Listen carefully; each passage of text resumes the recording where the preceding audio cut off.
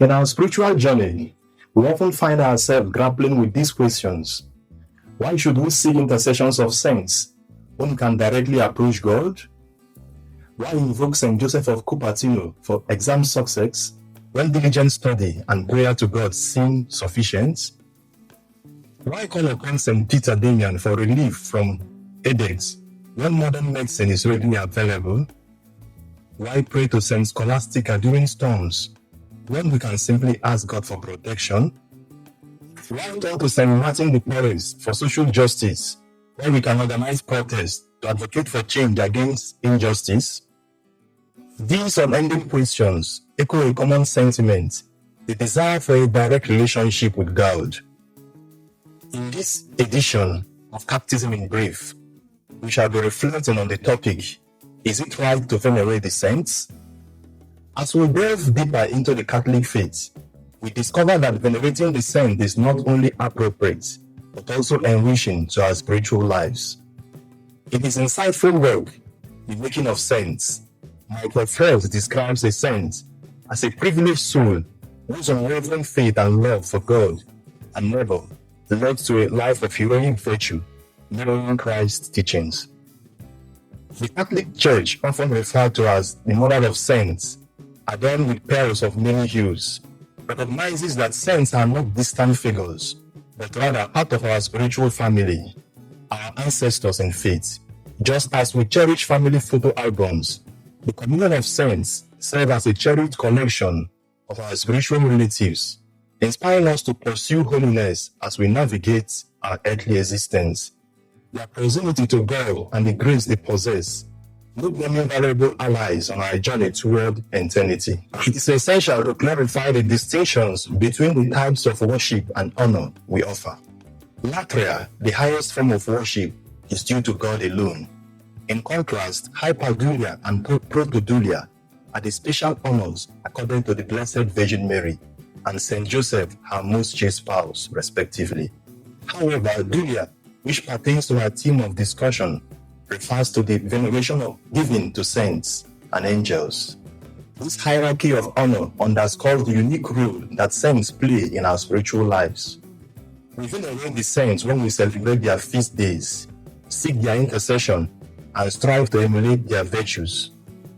As the author of Hebrew reminds us, we are surrounded by a cloud of witnesses who have gone before us in faith. Compare Hebrew 12 verse 1. The Catechism of the Catholic Church, number 61, emphasizes this connection, stating that the patriarchs, prophets, and certain Old Testament figures have always been honored as saints across the Church's liturgical traditions. The appearance of Moses and Elijah during the Transfiguration shows that the saints are alive in heaven and can be present with us, suggesting a connection between the faithful on earth and the saints in heaven. Confirm Matthew 17 verse 3. Also speaking about their valuable intercession, we refer to James chapter 5 verse 16, which holds that the prayer of a righteous person is powerful and effective. The dogmatic constitution of the Church, Lumen Gentium, opines that the Church, as the holy people of God, calls all its members saints. By canonizing individuals, the Church solemnly acknowledges their heroic virtue and fidelity to God's grace, thereby recognizing the spirit of holiness at work within her. This process not only sustains the hope of believers, but also presents the saints as models and intercessors. Compare Catechism of the Catholic Church 828. The communion of saints is integral to our understanding of the Church. After professing belief in the Holy Catholic Church, the Apostles' Creed affirms the communion of saints.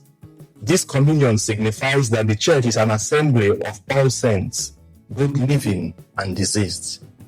The saints, having preceded us into the kingdom, actively participate in the living tradition of prayer through their exemplary lives, writings, and ongoing intercessions for those still on earth.